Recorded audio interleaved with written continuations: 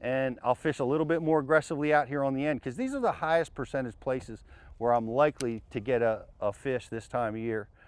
So I'll take a little time and I'll fish out here on the ends of these points. There's one. Man, it's a nice one too. Oh, get in here with us. What a deal. Welcome to pre-spawn bass fishing. My gosh, they got big ones down here. I couldn't have scripted that out any better, guys, but that's a pre-spawn bass. It's got a fat belly, not hit the beds yet. Really on the tip, on the very, very end of this dock. You know, good 4 or 5 pound class fish. And this is what you're looking for, right? This is why we love fishing this time of year, because the bass are at their biggest in the pre-spawn. They're their heaviest, they fight like crazy, and they're just a lot of fun to catch. Caught that one on a jig right here on the end of this point. So now that tells me something. That tells me something that I've got fish that's located here in the pre-spawn position. It also tells me that I got them where they're biting baits on the bottom, a jig in this case. So I'm going to be able to take that and I'm going to apply it to some of the other pre-spawn spots that we're going to look at. These are the very, very first bass that are showing up this time of year. So we're going to take you some more pre-spawn stuff.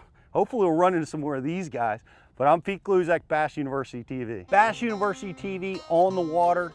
I want to talk to you today about pre-spawn conditions, pre-spawn locations, pre-spawn techniques, things that are going to help you identify where you're going to start finding those fish, how you're going to catch them when the water starts warming, because man, it's warming right now.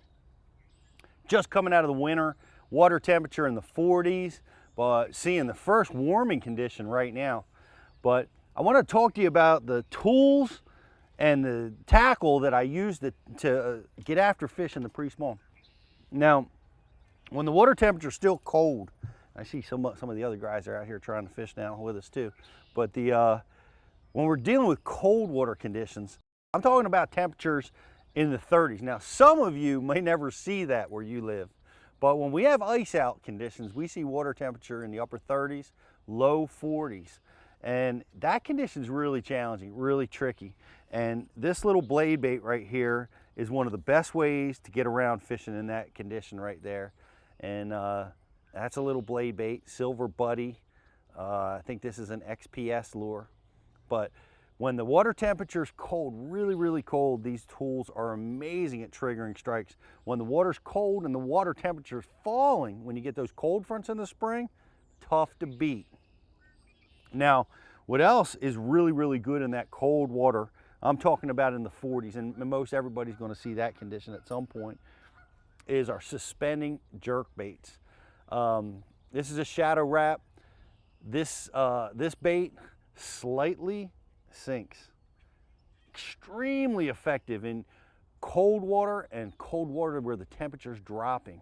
When you're in that springtime condition, when the fish are starting to pull up, getting ready to stage, getting ready to spawn, these tools are the ones you're going to use to catch them under that condition.